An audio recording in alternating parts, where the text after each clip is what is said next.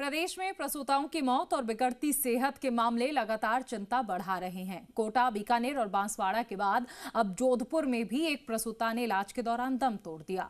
तिवरी में सामान्य प्रसव के बाद अत्यधिक रक्तस्राव होने से महिला को उम्मेद अस्पताल और फिर महात्मा गांधी अस्पताल रेफर किया गया। करीब 1 महीने तक जिंदगी से जंग लड़ने के बाद रविवार देर रात उसकी मौत हो गई। देखिए रिपोर्ट।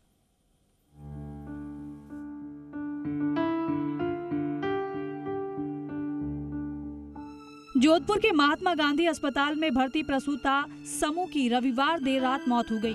समू की 24 जून को तिवरी अस्पताल में सामान्य डिलीवरी हुई थी, जहां उसने एक बच्ची को जन्म दिया, लेकिन डिलीवरी के बाद अत्यधिक रक्तस्राव शुरू हो गया। गंभीर हालत में उसे जोधपुर के उम्मेद अस्पताल रेफर किया गया। उम्मेद अस्पताल में डॉक्टर्स ने लगातार हो रहे रक्तस्राव को रोकने के लिए महिला की बच्चेदानी निकाल दी। इसके बावजूद उसकी हालत में सुधार नहीं हुआ। अधिक खून बहने से किडनी प्रभावित हो गई और 27 जून को उसे महात्मा गांधी अस्पताल रेफर कर दिया गया। तब से वो वेंटिलेटर पर थी और लगातार डायलिसिस चल रहा था। उनका सामान्य प्रसव हुआ, स्वस्थ बच्चे को जन्म दिया, लेकिन उसके बाद में उनकी जो वेजाइनल ब्लीडिंग है वो रुकी नहीं। रक्तस्राव काफ़ी होता रहा, तो उन्होंने प्रयास भी किया, लेकिन वो नहीं रुका, तो उन्होंने उसको उम्मेद अस्पताल रेफर कर दिया और 24 जून को वो उम्मेद अस्पताल आई। उन लोगों ने भी प्रयास किया किसी तरह से ब्लीडिंग रुक जाए, लेकिन नहीं रुकी। तो फिर एक अंतिम उपाय होता है कि बच्चेदानी को निकाल दो, तो उन्होंने बच्चेदानी को भी निकाल दिया, एस्टेक्टोमी जिसको कहते हैं। 14 जुलाई को महिला की तबीयत फिर बिगड़ी और उसे उल्टियां शुरू हो गईं। जांच में आंतों में गैंग्रीन की पुष्टि हुई। 15 जुलाई को गैंग्रीन का ऑपरेशन भी किया गया, लेकिन हालत लगातार बिगड़ती गई और आखिरकार रविवार देर रात उसकी मौत हो गई। अस्पताल प्रशासन के मुताबिक महिला को हाइपोवॉलेमिक शॉक हुआ था। अत्यधिक रक्तस्राव के कारण शरीर के महत्वपूर्ण अंगों तक रक्त की आपूर्ति प्रभावित हो गई थी।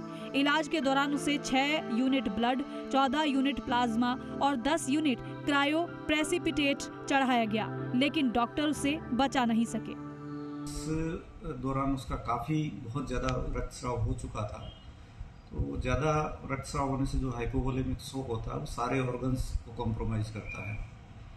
तो उसमें किडनी भी कॉम्प्रोमाइज हुई, उसका यूरिया क्रिएटिनिन बढ़ा और ब्लड की कमी के कारण उनको ऑलमोस्ट 10 यूनिट ब्लड भी दिया गया, 15 यूनिट FFP जो फ्रेश फ्रोजन प्लाज्मा होता है वो भी दिया गया, क्रायोप्रेसिपिटेट भी दिया गया।